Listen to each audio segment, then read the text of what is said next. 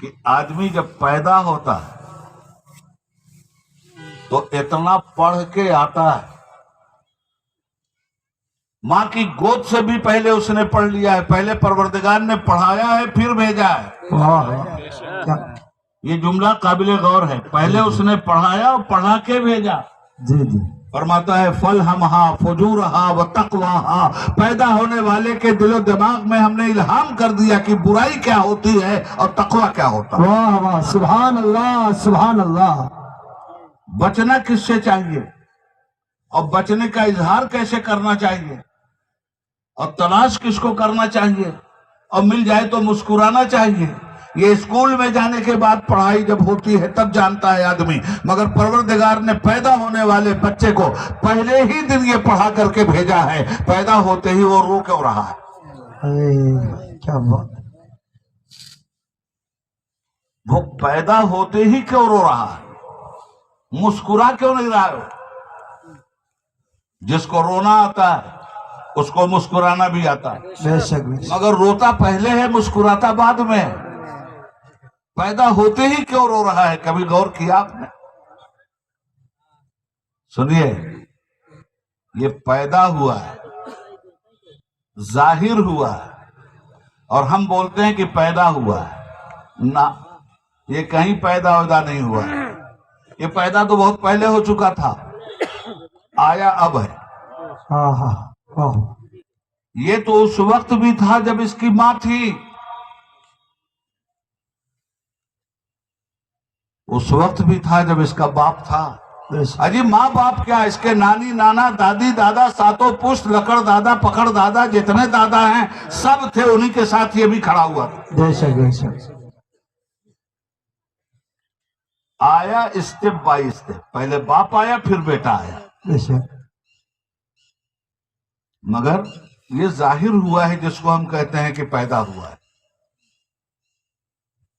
اس کے جسم میں جو پیدا ہوا تھا اس کو ڈالا گیا ہے۔ پیدا کب ہوا یہ؟ اور زندگی اس جسم کا نام نہیں ہے دوستو، زندگی روح کا نام ہے۔ بے شک۔ جب تک روح جسم میں ہے کسی کو تم نے جلایا، جب تک روح جسم میں ہے کسی کو لے جا کے قبر میں آپ نے دفن کیا؟ نہیں، دفن اس وقت آپ کرتے ہیں جب زندگی چلی جاتی ہے۔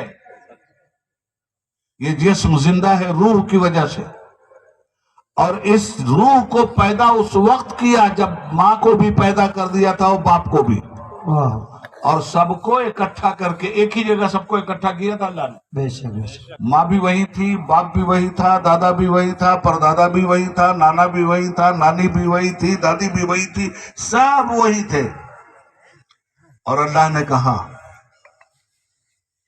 الستو بربکم، واہ، تم لوگ بتاؤ کیا میں تمہارا رب نہیں ہوں؟ یہ سب نے ایک ساتھ سنا، ماں نے بھی اسی وقت سنا تھا اور ماں کے بیٹے نے بھی اسی وقت سنا تھا۔ بے شک۔ قالو بھلا، سب نے کہا ہاں تو ہی ہمارا رب ہے۔ تو اکٹھا تو سب کو کر دیا تھا نا، بھیجا اسٹیپ بائی اسٹیپ، اور جب بچہ پیدا ہوا تو رونے لگا۔ یہ رو کیوں رہا ہے؟ اس فلسفے کو سمجھیے، یہ رو اس لیے رہا ہے کہ یہ ماں کے پیٹ میں تھا، اور ماں کے پیٹ ہی میں اس کو کھانا پانی مل رہا تھا، ماں کے پیٹ ہی میں یہ زندہ تھا، اور 9 مہینے کی اس زندگی میں یہ جتنے بڑے حصے میں تھا اس حصے سے جب یہ برآمد ہوا تو آنکھیں اس کی بند تھی اور لب کھلے تھے، رونے لگا۔ اس کے رونے کے لیے ماہر نفسیات و روحانیت نے بتایا یہ ہے کہ یہ رو رہا تھا اس لیے کہ میں ایک اچھی بڑی دنیا میں تھا، کہاں چلا آیا، یہ کہاں میں آ گیا، مجھ سے میرا وطن چھین دیا گیا، مجھ سے میرے وطن سے کس نے مجھے رخصت کر دیا۔ اور تھوڑی دیر کے بعد یہ آنکھ کھولتا ہے،